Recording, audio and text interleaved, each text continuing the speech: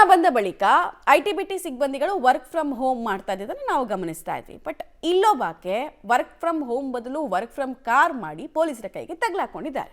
ಹಾಗಾದ್ರೆ ಯಾರಿವರು, ಏನ್ ಮಾಡ್ಕೊಂಡಂತಹ ಎಡವಟ್ಟು ಅನ್ನೋದ್ರ ಡೀಟೇಲ್ಸ್ ಇದೆ, ನೋಡ್ಕೊಂಡು ಬರೋಣ ಬನ್ನಿ. ಡ್ರೈವಿಂಗ್ ಮಾಡ್ತಾ ಲ್ಯಾಪ್ಟಾಪ್ ನಲ್ಲಿ ಕೆಲಸ, ಟ್ರಾಫಿಕ್ ಪೊಲೀಸರ ಕೈಯಲ್ಲಿ ತಗ್ಲಾಕೊಂಡ ಮಹಿಳೆ. ವರ್ಕ್ ಫ್ರಮ್ ಕಾರು ಲೇಡಿಗೆ ಬುದ್ಧಿ ಮಾತು, ದಂಡ. ಬೆಂಗಳೂರಿನಲ್ಲಿ ಡ್ರೈವಿಂಗ್ ಮಾಡೋರಿಗೆ 100 ಕಣ್ಣಿದ್ರು ಸಾಲಲ್ಲ, ಅಷ್ಟೊಂದು ಅಲರ್ಟ್ ಆಗಿರ್ಬೇಕು. ಆದ್ರೆ ಇಲ್ಲೊಬ್ರು ಅಕ್ಕಾಬಾಳ್ ನೋಡಿ, ಆಹಾ ಅದೇನ್ ಅರ್ಜೆಂಟೋ ಏನೋ ಮೇಡಮ್ಗೆ, ಡ್ರೈವಿಂಗ್ ಮಾಡ್ತಾ ಮಾಡ್ತಾ ಲ್ಯಾಪ್ಟಾಪ್ ನಲ್ಲಿ ಫುಲ್ ಕೆಲಸ ಮಾಡ್ತಾ ಇದ್ದಾರೆ.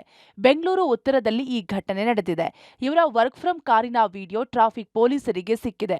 ಬಿಡ್ತಾರಾ ಟ್ರಾಫಿಕ್ ಪೊಲೀಸರು?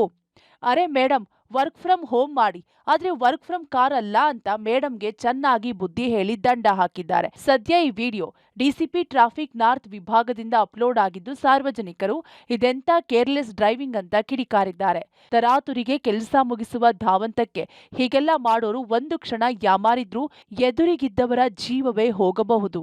ಹೀಗಾಗಿ ಡ್ರೈವಿಂಗ್ ಟೈಮ್ನಲ್ಲಿ ಈ ರೀತಿ ಸಾಹಸ ಮಾಡೋದು ಡೇಂಜರ್, ಜೊತೆಗೆ ಕಾನೂನು ಬಾಹಿರ. ಪವಿತ್ರ ಕಡ್ತಲ, ಪಬ್ಲಿಕ್ ಟಿವಿ, ಬೆಂಗಳೂರು.